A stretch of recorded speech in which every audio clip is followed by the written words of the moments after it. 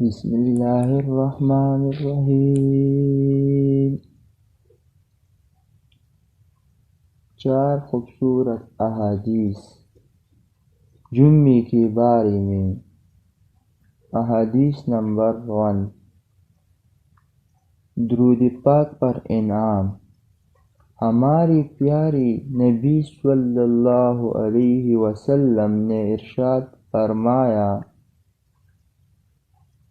جو مجھ پر شب جمعہ اور روز جمعہ 100 مرتبہ درود پاک پڑھی، اللہ تعالی اس کی 100 حاجتیں پورا فرمائے گا، 70 آخرت کی اور 30 دنیا کی۔ احادیث نمبر 2، عید کا دن۔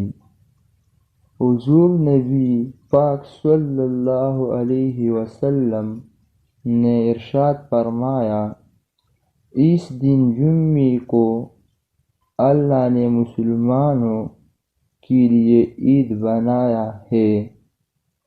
احادیث نمبر 3، جمعے کی فضیلت اور اہمیت۔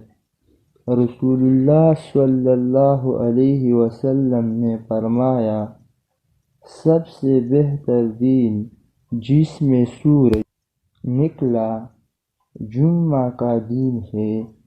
اس دن آدم علیہ السلام کو پیدا کیا گیا۔ اسی